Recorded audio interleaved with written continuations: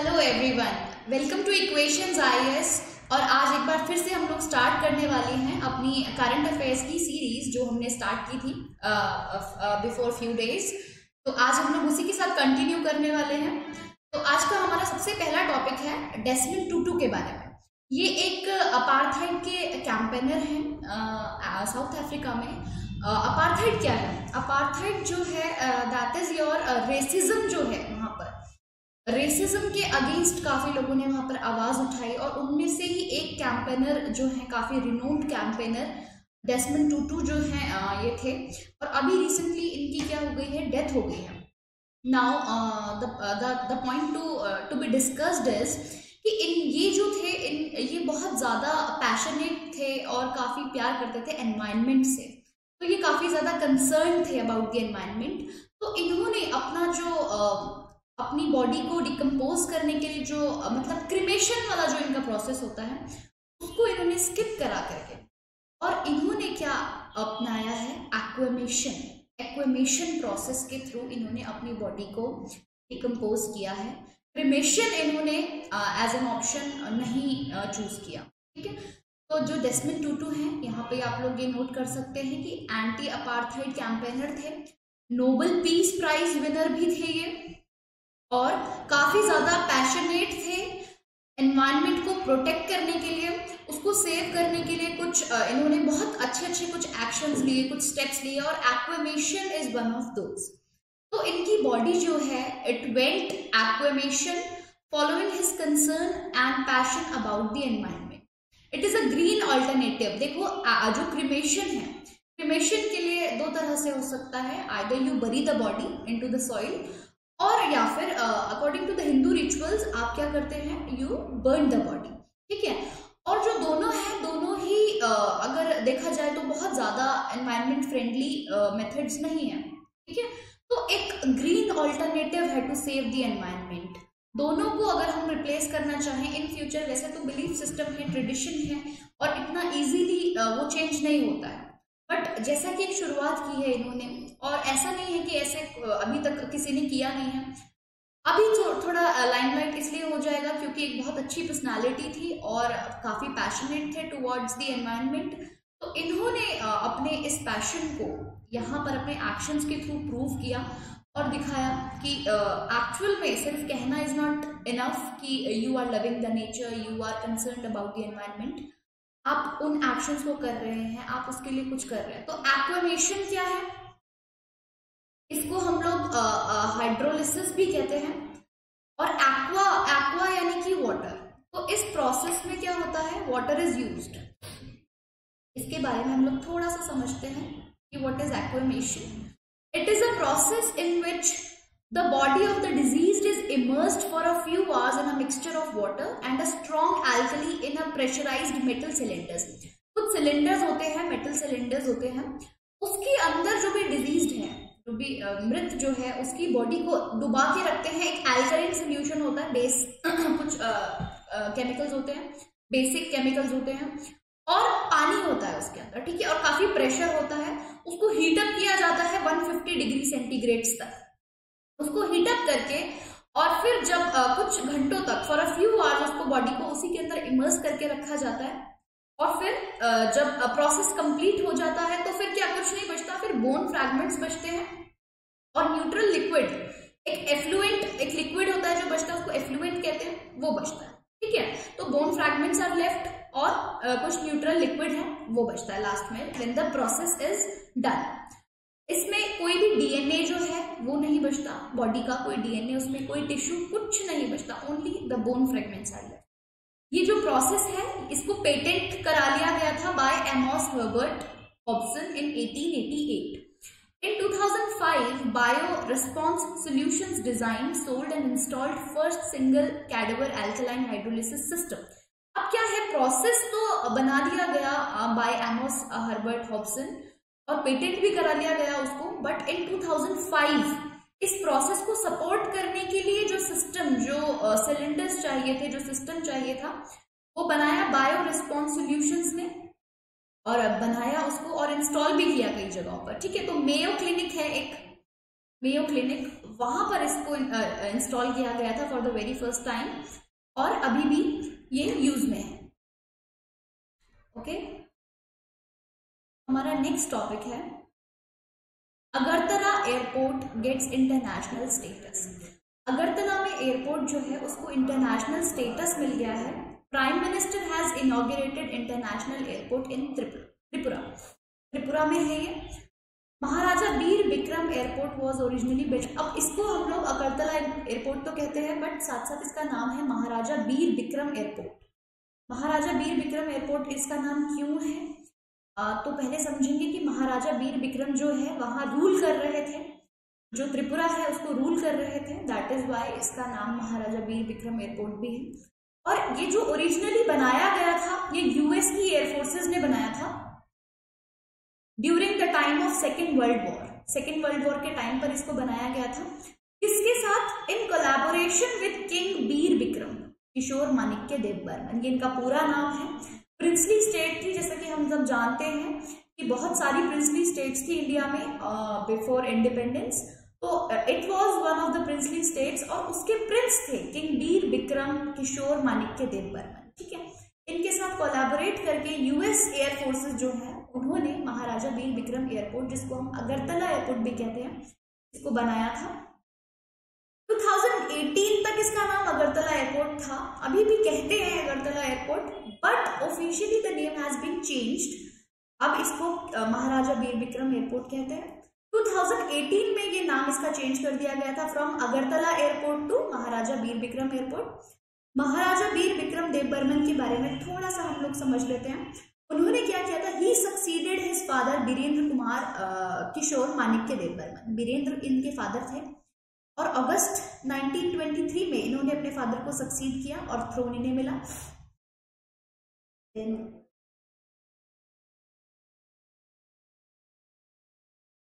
और उसके बाद महाराजा किरीट विक्रम किशोर who was king for 2 years till the state's accession। अभी जो महाराजा किरीट विक्रम किशोर जो थे, सबसे पहले थे वीरेंद्र किशोर माणिक्य देव बर्मन, ठीक है, और उसके बाद ये जो है महाराजा वीर विक्रम देव बर्मन, महाराजा वीर विक्रम देव बर्मन पहले वीरेंद्र किशोर थे, फिर महाराजा वीर विक्रम आए, और उसके बाद किरीट विक्रम किशोर।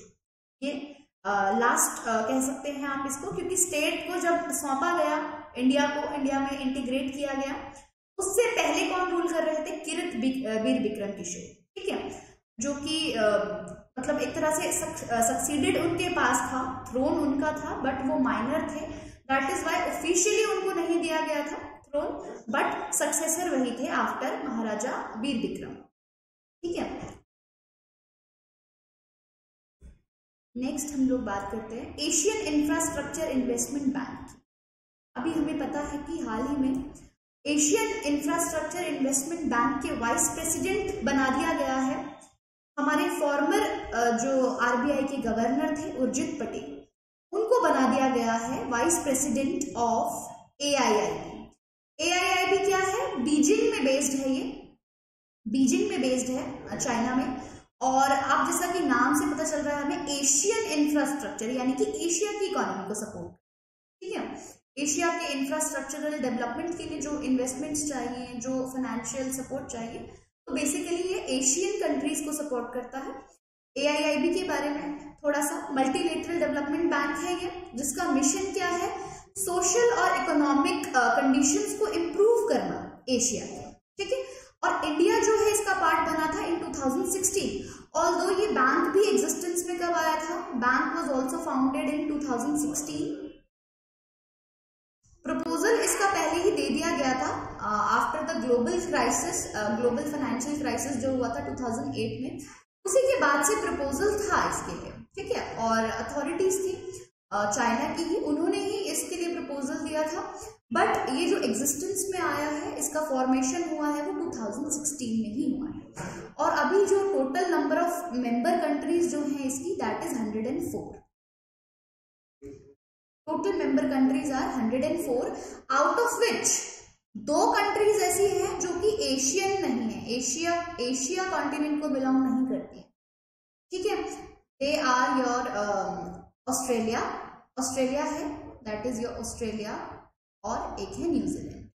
तो ये 2 कंट्रीज हैं। तो ये हमें कुछ फैक्ट्स हैं जो याद रखने हैं अबाउट AIIB। ऑस्ट्रेलिया और New Zealand, they are the 2 countries जो कि एशियन कॉन्टिनेंट को बिलोंग नहीं करती है, but still they are a part of AIIB। ठीक है, हेडक्वार्टर मैं आपको बता चुकी हूँ कहाँ पर है, बीजिंग में है। ऑपरेशन स्टार्ट किया था 2016 से। तो यहाँ पर लिखा हुआ भी है मैंने स्लाइड में, you can take a screenshot. अभी हम लोग थोड़ा RBI के बारे में भी डिस्कस कर लेते हैं। RBI का जो कॉन्सेप्ट है, रिजर्व बैंक का जो कॉन्सेप्ट है, वो किस पर बेस्ड है? डॉक्टर अंबेडकर की एक किताब थी, एक बुक है उनकी, the problem of the rupee, its origin and its solution. इस किताब में उन्होंने जो कुछ अपनी स्ट्रैटेजीज शेयर की हुई हैं, उसी पर जो है, उसी से जो RBI जो है अपना कॉन्सेप्ट अडॉप्ट करता है। Central banking institution was established based on the suggestion. अब जो सजेशंस दी गई थी, इसके एस्टैब्लिशमेंट के लिए सबसे पहले एक कमीशन सेटअप हुई, और कमीशन का नाम था royal commission on Indian currency and finance. ये थी कमीशन, और जिसको हम लोग बहुत कॉमन लैंग्वेज में हम लोग हिल्टन यंग कमीशन भी कहते हैं। तो basically the name was royal commission on Indian currency and finance. 1926 में ये बनी थी, जिसको हम लोग कॉमनली हिल्टन यंग कमीशन के नाम से भी जानते हैं। कमीशन ने अपने रिकमेंडेशंस दिए for the formation of RBI, और फिर RBI का जो है 1934 में RBI एक्ट आया, 1934 में एक्ट आया, और फिर 1935 में इसका सेटअप हुआ RBI का। इंफ्रास्ट्रक्चरल सेटअप जो हुआ 1935 में हुआ। 1949 में इसको नेशनलाइज कर दिया गया। पहले प्राइवेट जो है प्राइवेटली ओन्ड था ये, और 1949 में इसको नेशनलाइज किया गया, and it is a member of IMF, international monetary fund का भी ये एक मेंबर है। देन हमारा टॉपिक है वर्ल्ड हिंदी डे। ठीक है, जिसको हम सेलिब्रेट करते हैं एवरी ईयर ऑन 10th जनवरी। 10 जनवरी को हम लोग वर्ल्ड हिंदी डे सेलिब्रेट करते हैं। क्यों सेलिब्रेट करते हैं? टू प्रमोट हिंदी लैंग्वेज, अपनी लैंग्वेज को प्रमोट करेंगे। हमें पता है it is a part of our culture, हमारी लैंग्वेज, हमारे कस्टम्स, हमारे रिचुअल्स, जो भी चीजें हम लोग परफॉर्म करते हैं, they are a part of our culture. ठीक है, और अपने कल्चर को प्रमोट करना, उसको कंजर्व करना, वो मतलब ऐसा ना हो जाए कि वो खत्म हो जाए, बिल्कुल उसको एंडेंजर ना हो जाए वो, तो उससे बचाने के लिए आपको उसको प्रमोट करना जरूरी है। ठीक है, उसको अलाइव रखना is important.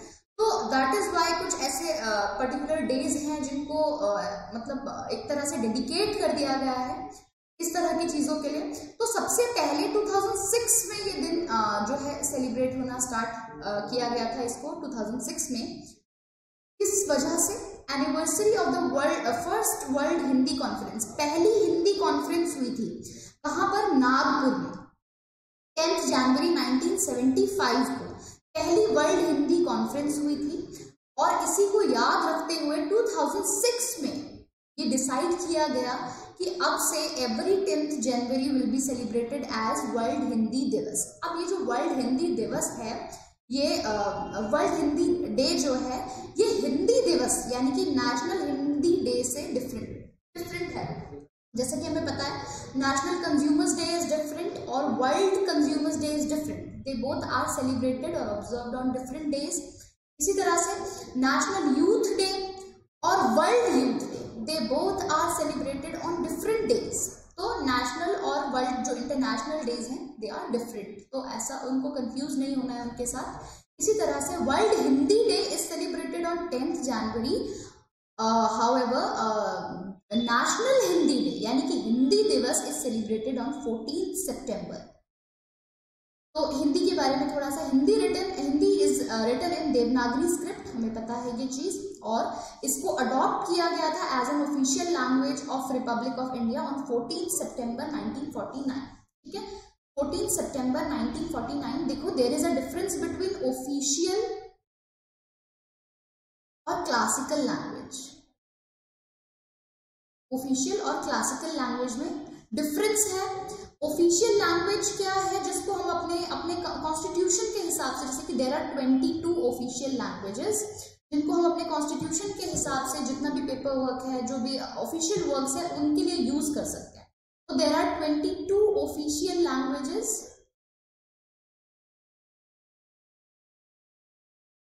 While classical languages क्या है? क्लासिकल लैंग्वेजेस वो है जिनका बहुत पुराने एंशिएंट रिकॉर्ड्स हैं, बहुत पुराने एंशिएंट रिकॉर्ड्स आपको मिलते हैं, इनके स्क्रिप्चर्स हैं, इनके स्क्रिप्ट्स हैं, स्क्रिप्चर्स हैं इनकी, और टेक्स्ट हैं इनके, वैदिक टेक्स्ट या पुराने एंशिएंट टेक्स्ट इनके लिखे हुए हैं। तो they are your classical languages. There are total 6 classical languages, 6 classical languages हैं in total. This was the difference between official and classical languages। तो जो हिंदी है, हिंदी को एज एन ऑफिशियल लैंग्वेज कब अडॉप्ट किया गया था?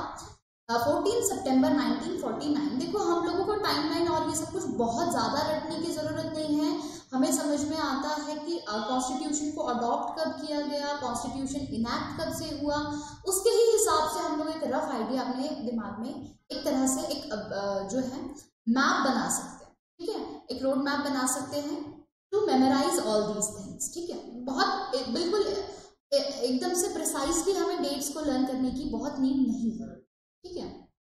Next we have youth, national youth day, ठीक है। National youth day is held every year on 12th January to observe the birth anniversary of Swami Vivekananda. Swami Vivekananda जो है, इनका नेम हमें पता है Narendra Nath Dutt, Narendra Nath Dutt, this is the real name, okay. In 1999, the United Nations decided to commemorate International Youth Day every year on 12th August। देखो ये तो national youth day है जिसको कि हम बर्थ एनिवर्सरी पे ही सेलिब्रेट करते हैं, on the birth anniversary of Swami Vivekananda.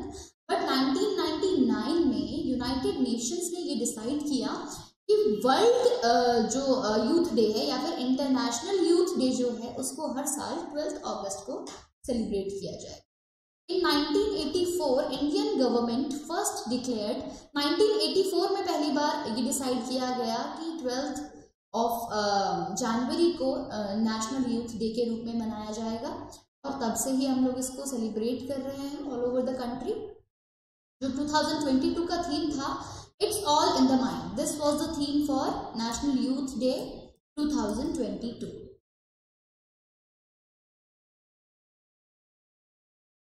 Next हम बात करते हैं क्रिप्टो एटीएम्स की। क्रिप्टो एटीएम्स क्या है? तो अभी जो है अराउंड 34,000 बिटकॉइन एटीएम्स वर इंस्टॉल्ड ग्लोबली। अगर वर्ल्ड वाइड देखें हम लोग तो 34,000 जो है बिटकॉइन एटीएम्स जो है इंस्टॉल कर दिए गए हैं। एक रिपोर्ट है, बेंगलुरु की एक रिपोर्ट है, 2021 दिसंबर में उन्होंने अपनी रिपोर्ट पब्लिश की और उससे पता चल पाया है कि 34,000 bitcoin ATMs are working, operational हैं वर्ल्ड वाइड। जो पहले 2020 की जो रिपोर्ट थी उसमें पता लगा था कि 13,000 बिटकॉइन एटीएम्स थे। तो देखो ये जो डिफरेंस है 13,000 से 34,000 जो ये एक्सपर्ट आया है, इससे हमें बहुत क्लियरली पता चल रहा है कि हमारी इकोनॉमी में चेंजेस क्या हो रहे हैं। हमारी इकोनॉमी जो है वो शिफ्ट कर रही है towards the virtual currency, virtual currency की तरफ शिफ्ट कर रही है। और एक तरह से जैसे जैसे टेक्नोलॉजिकल डेवलपमेंट हो रहा है, टेक्नोलॉजी एनहेंस हो रही है, उसी तरह से इस तरह की नई नई जो है इन्वेंशंस हो रही हैं, नए नए तरह के मतलब इस तरह से इंट्रोड्यूस किया जा रहा है नए नए सिस्टम्स को। तो हमारी जो इकोनॉमी है आगे वो फिएट करेंसी जो है, फिएट करेंसी क्या होती है? जो नॉर्मल करेंसी होती है आपकी, पेपर करेंसी हो गए, आपके कॉइन्स हो गए, पेपर करेंसी और आपके कॉइन्स वगैरह जो होते हैं, ठीक है, they are your fiat currency.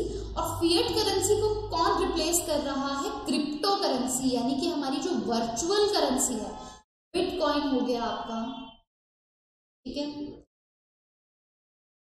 Crypto currency जो है इसको रिप्लेस कर रही है। शिफ्ट जो हो रहा है क्रिप्टो करेंसी, देखो डिसेंट्रलाइज्ड है ये, और आरबीआई जो सेंट्रल बैंक्स हैं वो इसको रेगुलेट नहीं करते हैं इस करेंसी को। जैसे आपका रुपया है, आपकी जो नेशनल करेंसी है, उसको रेगुलेट करना, उसकी लिक्विडिटी को मेंटेन करना, या फिर उसका जो है एप्रिसिएशन और डेप्रिसिएशन, जो भी डिवैल्यूएशन एवैल्यूएशन होता है वो मनी का, वो सबका सब करते हैं हमारे central banks. But crypto currency ऐसी करेंसी है जिसका इस टाइप से कोई रेगुलेशन नहीं कर सकते central banks. That is why जो है एक तरह से टैक्स को इवेड करने का भी एक तरह से तरीका है। और कई सारे जो है बिजनेसेस जो हैं, कई सारे बिजनेस जो हैं या बड़ी बड़ी कॉर्पोरेट्स जो हैं, they are dealing in cryptocurrencies. एक दूसरे के लिए उन्होंने क्या कर लिया है, इसको as a mode of exchange वो लोग यूज कर रहे हैं। मोड ऑफ एक्सचेंज, इसको मोड ऑफ एक्सचेंज की तरह से वो यूज कर रहे हैं।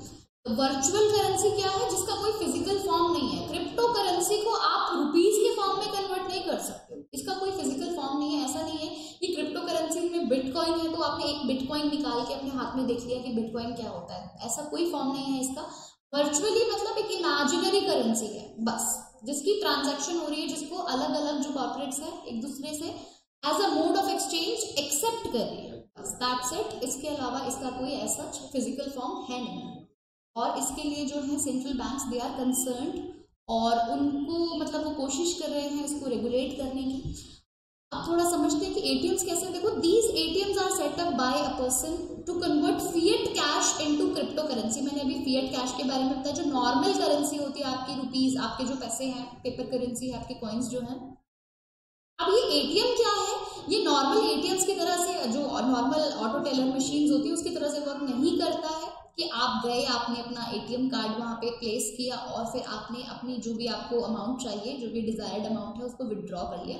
ऐसा कुछ नहीं होता है। दिस इज डिफरेंट, इसका ऑपरेशन इज डिफरेंट, क्योंकि ये क्या करता है, एक तरह से आपका इन्वेस्टमेंट को हेल्प कर रहा है। यानी कि आप गए, आपने वहां पे अपना कैश प्लेस किया और आपका कैश जो है वो क्रिप्टो करेंसी में ट्रांसफर हो गया, मतलब चेंज हो गया, ट्रांसफॉर्म हो गया इनटू क्रिप्टो करेंसी।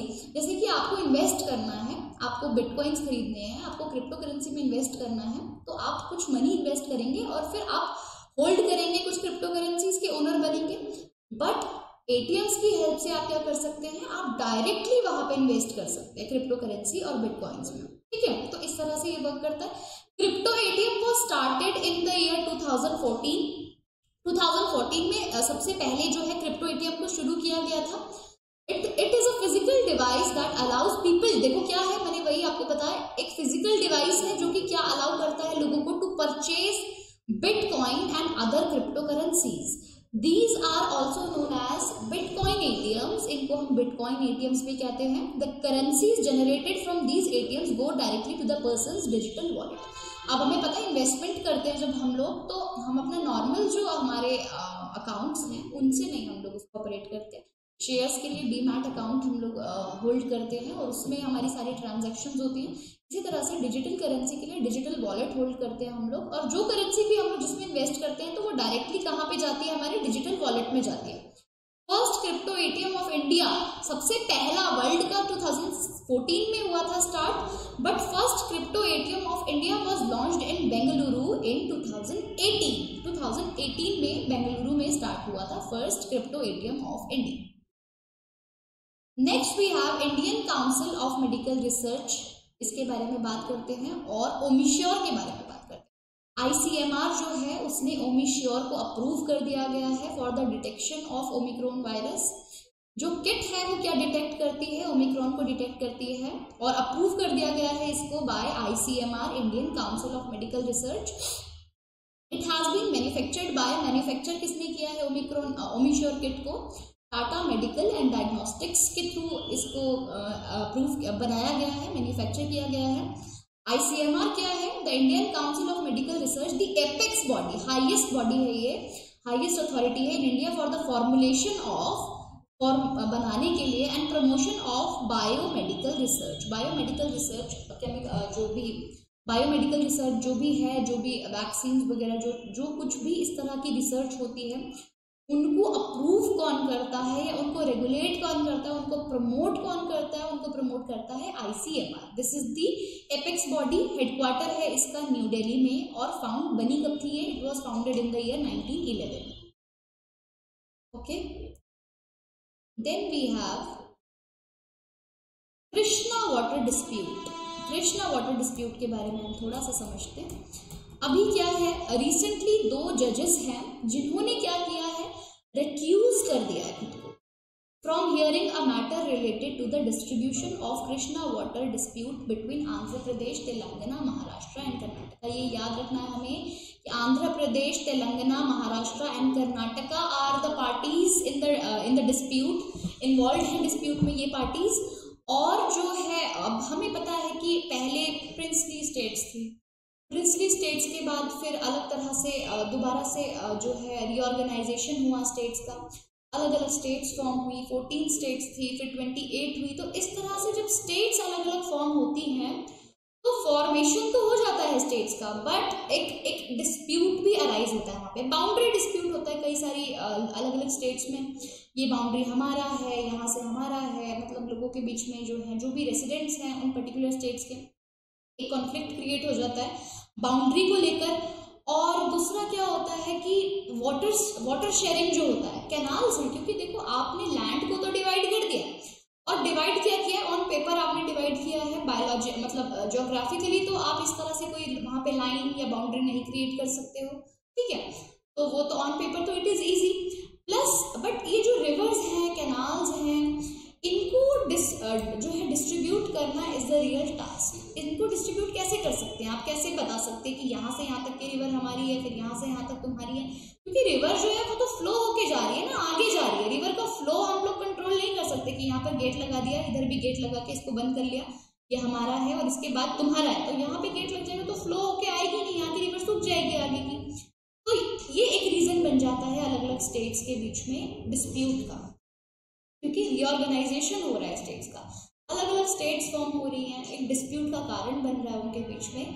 जो वाटर शेयरिंग है, it is one of the major reasons of dispute between different states, ठीक है। They cited the reason they did not want to. अब देखो यहाँ पर क्या है, ये डिस्प्यूट चलते रहते हैं, सालों साल कोर्ट्स में केसेस चलते रहते हैं, स्टेट्स लड़ते रहते हैं आपस में केसेस, ठीक है, और सोल्यूशन कई जगह मिल जाते हैं और कई जगह नहीं भी मिल पाते हैं, सेटिस्फैक्टरी सोल्यूशन उन्हें नहीं लगते हैं, तो जो स्टेट्स हैं वो डिनाई करती हैं, दे डू नॉट एक्सेप्ट कि जो भी डिसीजन जो कोर्ट्स दे रहे हैं, तो वो अगेन उसको खींचते जाते हैं। तो क्या है, अभी रिसेंटली जो 2 सुप्रीम कोर्ट के जजेस हैं उन्होंने रिक्यूज कर लिया, रिक्यूज मतलब उन्होंने विड्रॉ कर लिया अपने आप को केस से, कि वो कोई भी उसके मामले में केस को ना तो हियरिंग करेंगे और ना ही कोई डिसीजन देंगे। क्यों?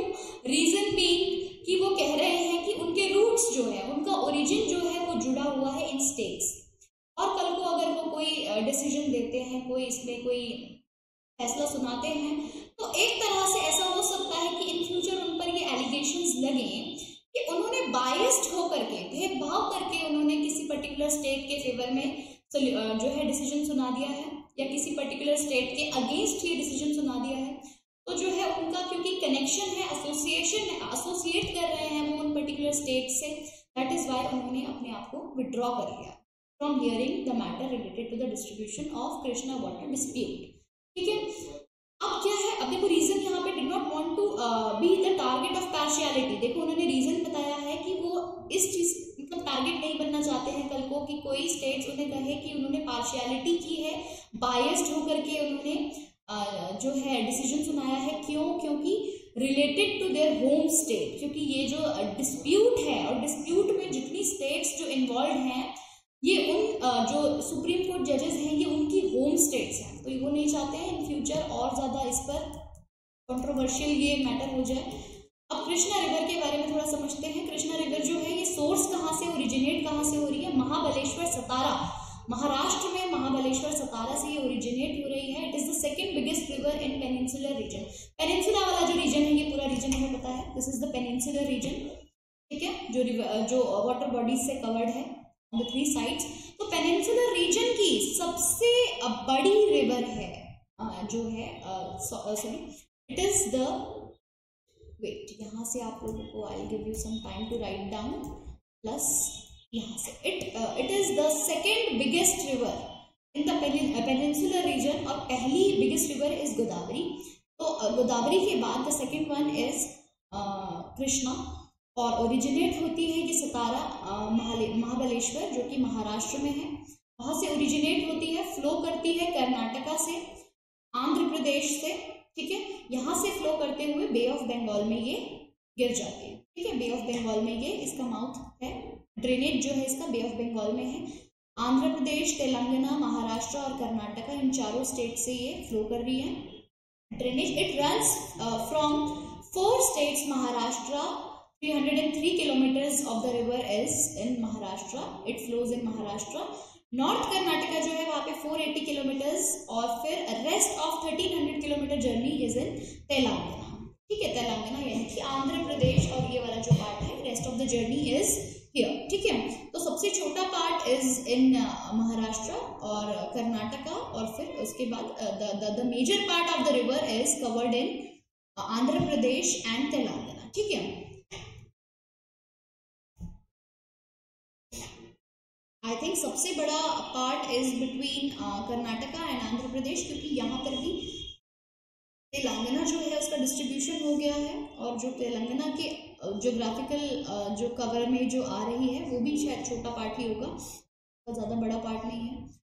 सो देखो अब क्या है, ट्रिब्यूटरीज कौन कौन सी है इसकी रिवर की, तुंगभद्रा, मल्लप्रभा और कोयना, भीमा, घाटाप्रभा, येरला, वर्ना, दिंदी, मूसी और दूधगंगा। ठीक है, ये सारी की सारी रिवर्स जो हैं they are the tributaries of river Krishna, हमें याद रखना है ये। Plus next is Indian state of forest report, ISFR, Indian state of forest report, Indian state of ISFR। इसको जो है state of recently union ministry of environment, forest and climate change, MOEFCC released the Indian state of forest report 2021। इसको release किया गया है, और ये जो है बाइनियल रिपोर्ट है, यानी कि 2 साल में एक बार ये जो है पब्लिश होती है, एवरी 2 years, हर 2 साल में ये पब्लिश होती है।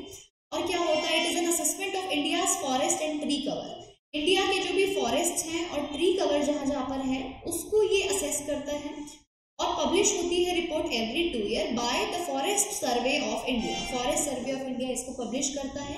मिनिस्ट्री है ministry of environment, forest and climate change. The first survey was published in the year 1987। सबसे पहला ऐसा survey was published in the year 1987, और ISFR 2021 जो है ये it was the 17th such publication, 17th publication थी। इससे पहले 16 रिपोर्ट्स जो है आ चुकी हैं। अब ये रिपोर्ट ऐसा असेसमेंट किया क्यों जाता है, तो देखो असेसमेंट अगर हमें वाइल्ड लाइफ जो है अपना जो वाइल्ड लाइफ है और जो एनवायरमेंट है, वाइल्ड लाइफ और एनवायरमेंट के लिए, क्योंकि हमें पता है it is in danger. Technology जो है धीरे धीरे हम लोग इंडस्ट्रियलाइजेशन की तरफ शिफ्ट कर रहे हैं, और जो है इंडस्ट्रियलाइजेशन की तरफ अगर आपको शिफ्ट करना है या आपको डेवलप्ड होना है तो आपको कहीं ना कहीं तो कॉम्पनसेट करना पड़ेगा ना। तो we are compensating with the natural resources. ठीक है, अपने वाइल्ड लाइफ को कॉम्पनसेट कर रहे हैं हम लोग, कहीं ना कहीं उसको रिप्लेस कर रहे हैं, अपने एनवायरमेंट को कहीं ना कहीं हम लोग कॉम्प्रोमाइज कर रहे हैं for the sake of development. ठीक है, तो उसको एक बैलेंस बनाने के लिए, डेवलपमेंट और जो है एनवायरमेंट को बैलेंस के बीच में एक बैलेंस बनाने के लिए अच्छी पॉलिसीज को फॉर्म करना इज इम्पॉर्टेंट। ऐसी पॉलिसीज हम फॉर्म करें, ऐसे रूल्स एंड रेगुलेशंस बनाएं कि वो दोनों के वेलफेयर के लिए, यानी कि दोनों चीजें हैंड इन हैंड जाएं। तो अच्छी पॉलिसीज को फॉर्म करने के लिए आपको असेसमेंट तो करना पड़ेगा ना, वाइल्ड लाइफ का, एनवायरमेंट का, इन सबका असेसमेंट तो करना पड़ेगा कि कितना कैनोपी कवर है, कहाँ पे ट्री पैचेस कितने हैं, वो ट्री पैचेस बढ़ रहे हैं, कम हो रहे हैं, है ना। तो उस असेसमेंट के लिए आप ये जो है Indian state of forest report, इसको पब्लिश किया जाता है, इसका असेसमेंट होता है for making better policies form करने के लिए, better policy formation,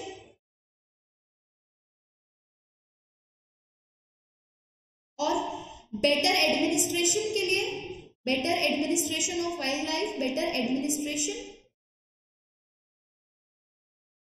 conservation, animals को कंजर्व करना है, एनवायरमेंट को कंजर्व करना है, एनवायरमेंट कंजर्वेशन, इन सब के लिए इम्पॉर्टेंट है।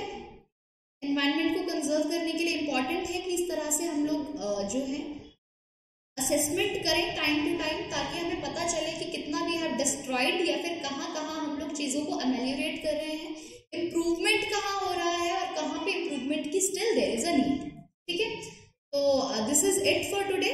आज की क्लास हम लोग वाइंड अप करेंगे और मिलते हैं इन द नेक्स्ट क्लास।